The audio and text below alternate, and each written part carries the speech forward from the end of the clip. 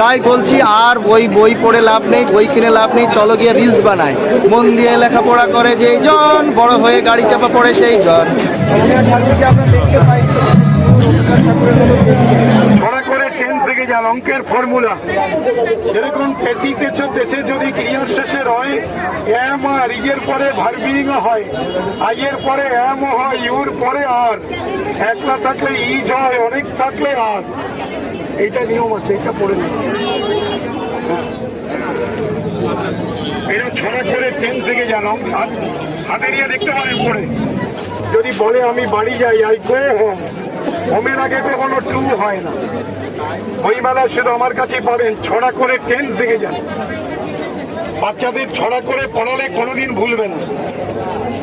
যেরকম ভাজক আর ভাগফলের গুণফলের সাথে ভাগশেষ যোগ দিলে ভাজ্য পাবে, তাতে প্রশ্নে ভাজ্যটা